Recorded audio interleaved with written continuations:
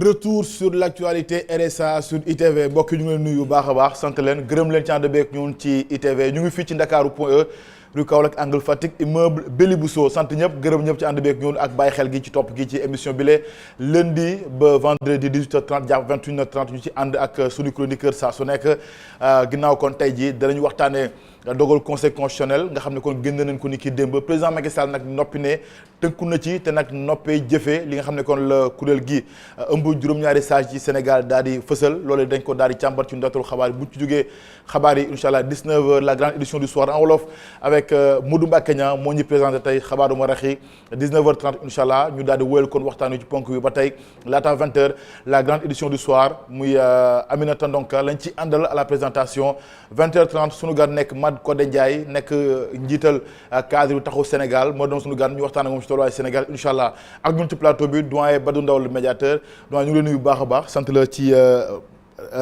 teewaay bi gërëm la également ñu bàyyi la nga nuyoo ak téléspectateurs yu ITV. waaw bonjour Baba bonjour Assane suma star ah. waaw la star la grande star Assane. El Assane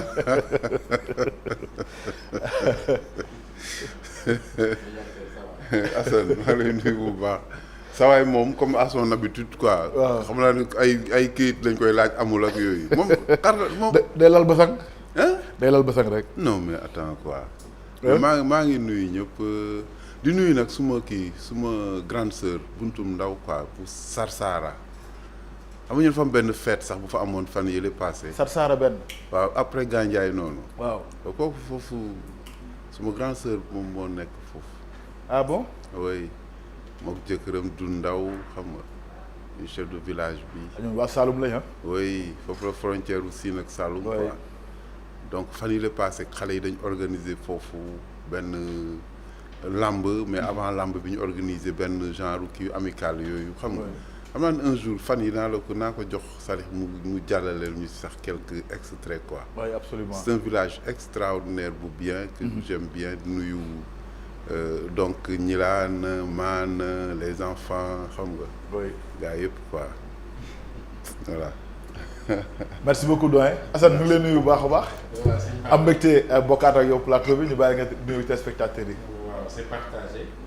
xanaa di leen nuyuwaat di nuyu également médiateur mais il faut ma sànni la xeer tuuti parce que baatu chroniqueur yi man vraiment daf may gêner quoi peut-être intervenant wala observateur ak tout ça parce que mais baat bu ñu moom gis naa temps di leen di xas rek quoi. non en fait bon dañ ko yàq quoi et puis c'est trop galvaudé au Sénégal c'est mon opinion hein mais chacun fait le métier qu'il veut mais man tuddee ma intervenant rek wala observateur. mais tout le monde est observateur ah. ñëpp ay observateur lañ mais tout le monde est chroniqueur aussi. non tout le monde n'est pas chroniqueur. ah si bien sûr. les experts autoproclamés. vraiment xam ne sujet bu nekk am nga ci xalaat am nga ci expertise loolu c'est pas possible.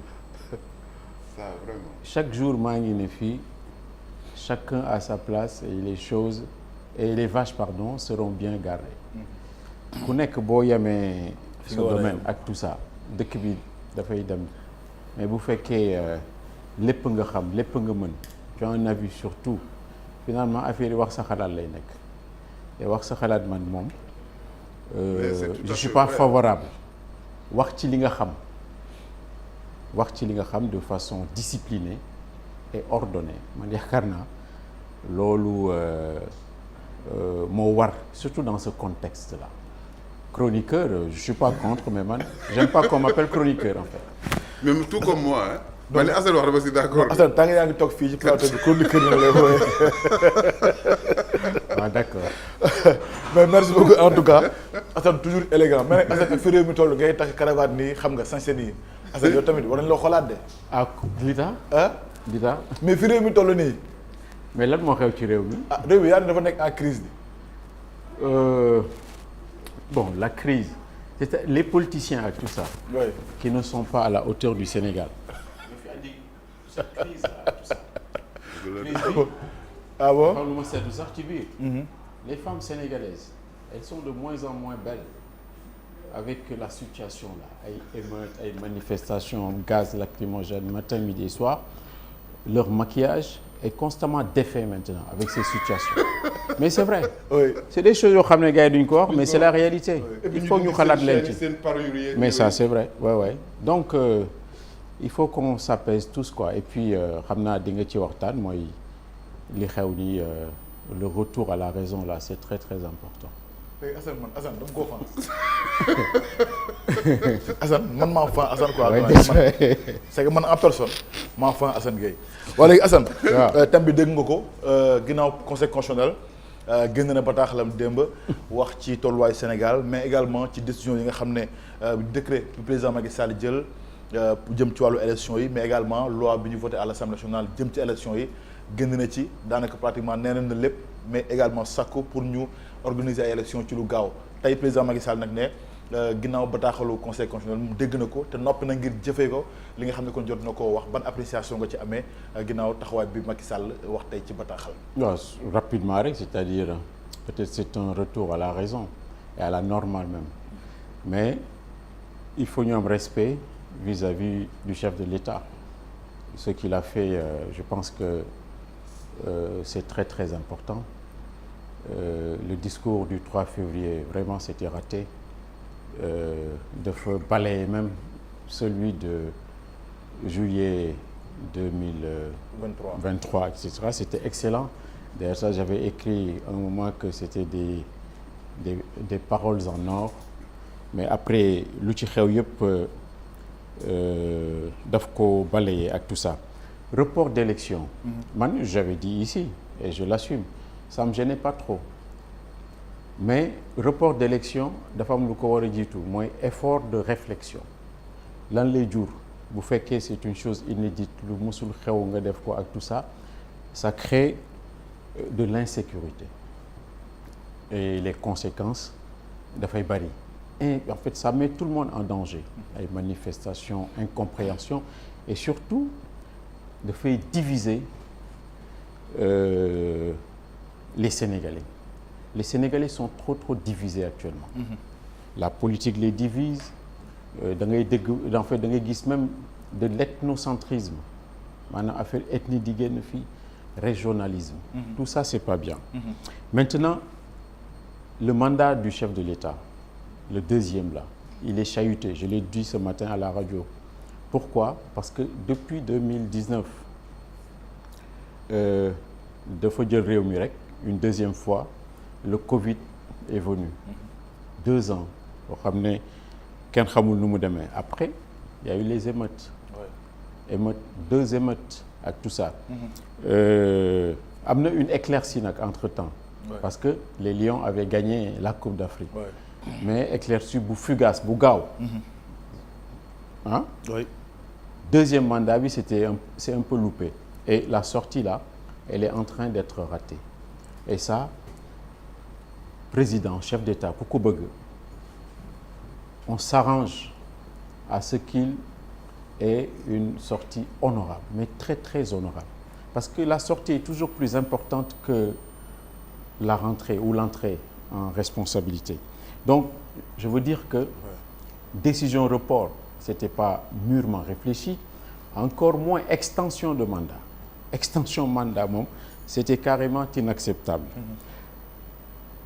l'analyse wala le commentaire moi def dama ci gis de l'amateurisme pourquoi amateurisme parce que finalement il y a pas de logique bi mooy manque de logique bi mooy pourquoi on a reporté l'une des raisons mooy les suspicions envers le Conseil constitutionnel affaire corruption ak tout ça 2 semaines après c'est-à-dire il y a le dernier mercredi en fait l'autre mercredi là d'avant le premier ministre nga xam dañ ko tudd ci affaire bi on lui a renouvelé sa confiance il y a pas de logique moo tax je me dis pourquoi reporter suspicion rek nga am il y a pas les éléments de preuve sur la table il fallait pas mais extension mandat kooku moom c'était pas c'était inconcevable parce que 12 ans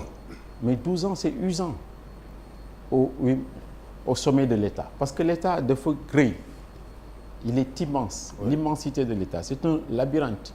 Boo si toogee 10 12 ans et cetera daf lay éreinter. Il y a les cheveux blancs, il y a tout et cetera. Mais 12 ans, au bout de 12 ans, mais il faut une respiration démocratique. Ouais. Respiration démocratique, moi, il faut qu'on tente autre chose. Absolument. Hein? Parce qu'il y a d'autres compétences qui sont là, qui peuvent gérer le pays. C'est ça. Au bout de 12 ans, il faut retrouver sa famille biologique. C'est-à-dire, boo nekkee chef d'État, on te prive de ta famille. Et être à côté de sa famille, c'est très important. Au bout de 12 ans, il faut aller se reposer un peu. Ça, c'est le bon sens, quoi. Moi, quand on est au pouvoir, moi, je préfère avoir des conseillers plutôt que des courtisans. Je ne dis pas que... Oui, c'est vrai. Ça, c'est important. Tu sais, il y a quelqu'un comme... Le président a des conseils, a des ministres conseils, a des conseils spéciaux. Ay courtisans. Ak ay courtisans. Il a tout, tu as toute une foule derrière. Oui, non, mais bon, il y a beaucoup de monde, etc. Mais est-ce qu'ils te disent tout le temps ce qu'il faut? D'accord. Maintenant, je ne crois pas. Cette décision-là, obligatoire, là, madame, comme Père Amoul, voilà. C'est-à-dire? Cette décision-là, la décision que le chef de l'État a prise, de se plier sur la décision donc, du Conseil constitutionnel. Mais c'est le Conseil constitutionnel qui a parlé. Bu mu waxee la première fois, oui. On ne devait même pas revenir. waaw mais est-ce que da nga jàpp ne tey moom président Macky Sall li mu wax ni maanaam pexe amul ci moom obligation la pour mu wax lu mu waxee nii jëfee ko. Non, mais c'est ce qu'il devait dire. Et puis lu mu wax nii, on doit le respecter. D'accord. Parce que c'est le chef de l'État. D'accord. Chef de l'État, kenn du ko joor, c'est-à-dire di ko tutoyer ak tout ça, c'est pas la peine. Il a pris une sage décision, il a pris acte avec tout ça, il accepte ce que le Conseil constitutionnel dit, mais c'est bien pour le Sénégal. Parce que, pour terminer, am na benn secrétaire d'État américain bu fi jaaroon, il y a une dizaine d'années, il y avait une sorte de crise là. Mu ne le Sénégal supporte son propre poids. Hein? Ça veut dire que lu mu metti dina am ay ressort, résilience pour mu génn ci. Yaakaar naa ça c'est une issue qu'on est en train de prendre. D'accord. Et c'est une bonne chose, il faut saluer ça. Et puis que ku ne jël ce que j'appelle le rameau d'olivier. Le rameau d'olivier mooy ku nekk sa kuddu na ràcc jàmm, la responsabilité. Il faut que les Sénégalais se réconcilient. Il y a trop de divisions. D'accord. Doyen Badou Ndao, bonne appréciation par rapport à sortie président Macky Sall bi ak décision Conseil constitutionnel démb. waaw mais Baba. xam nga comme gis nga les politiciens ñoom bon toujours rek ils tirent les marrons du feu quoi c'est-à-dire situation bu am ñoom danañ fexe ba ñoom génn si. xam nga boo xoolee. le problème bi nga xam ni moom moo tax ñu doon génn di woote di yuuxu. ba ay booy dee ceeg affaire yooyu et tout mais le même problème là demeure. Le Conseil constitutionnel décision bi mu jël nii mais dafa créer impasse juridique parce que amul maanaam tey Macky Sall président de la République amul dara lu ko may benn loi bu ko may ñu organiser fi élection bu dépasser 25 décembre bi 25 février bi amul. maanaam on est toujours li gars yi doon bañ keroog. loolu la ñu taxaw tey di ko nangu te bu ñu ko nangoo aussi le même problème juridique bi nga xam ni moom moo amoon avant que conseil constitutionnel di wax bi conseil constitutionnel di waxee ba pare sax dafa aggravé wu. parce que dafa dugal dëkk bi ci impasse. parce que tey. ci impasse. mais si impasse juridique bu leer nañ xam nga lu tax. bu ñu nee organiser l'élection dans les meilleurs délais. kan moo koy organiser. Le chef de l'État. Tu as vu qu'est-ce que ça va faire moom mooy que li ñu ko doon bañal.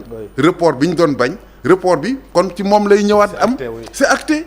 report bi ñu ko doon bañal ba génn fi nit ñi fi ñi di xeex ñi di yuuxoog yooyu. report boobu dañ ko delloo léegi moo koy defaat. meilleur délai bi. mooy kañ la. jeex na. meilleur délai bi moom mooy ñu teg délai boo xam ni pour la bonne tenue de l'élection. kooku ñaata temps la mën na nekk 3 mois. mën na nekk 6 mois. mais ñoom ñëpp.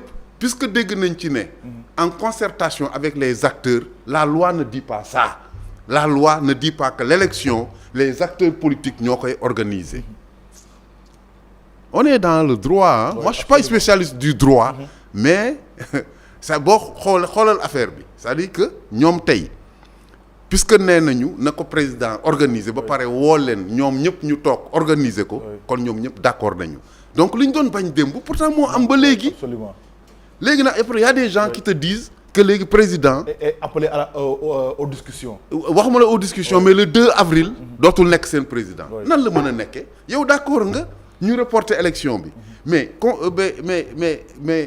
élection présidentielle te mënul am 25 février te mënul am 25 février élection présidentielle ay date la ay date li tax Macky Sall dootul nekk président le 2 avril c'est parce que élection bi le 25 la doon am bu fekkee ni le 25 amul délai yi nga xam dañ ko doon respecté ba dootul le 2 avril boobu parce que ay date la élection bi ay date la dañuy jàpp date bi mais moo tax ñuy wax calendrier républicain moo tax ñuy waxuma la sax calendrier mais calendrier électoral bi dañ naan telle heure dinañ publier lii telle date ñu génne lii telle date ñu kii lii telle date ñu woo le collège électoral telle date ñu tenir élection ñu campagne telle date ñu élection telle date la mandat bi di jeex bu ñu d'accordé report nan lañ ci bëgg a dellu si waatee ñoom comme je l'ai écouté hier et entendu ñu naan la encore le 2 il faut que Macky Sall organise ko avant le 2 c'est que gars yi buñ ñu fontoo. yow tamit jël waay. non c'est la vérité. mais si possible de le faire avant le 2. non c'est-à-dire nga gis nga mbir mi kii du affaire Baba. bu fekkee dañuy wax loi nañu taxaw ñoom ñëpp ñu nekkoon loi bi nañ ko respecter affaire bi mënul nekk ni conseil constitutionnel yaa may dégg.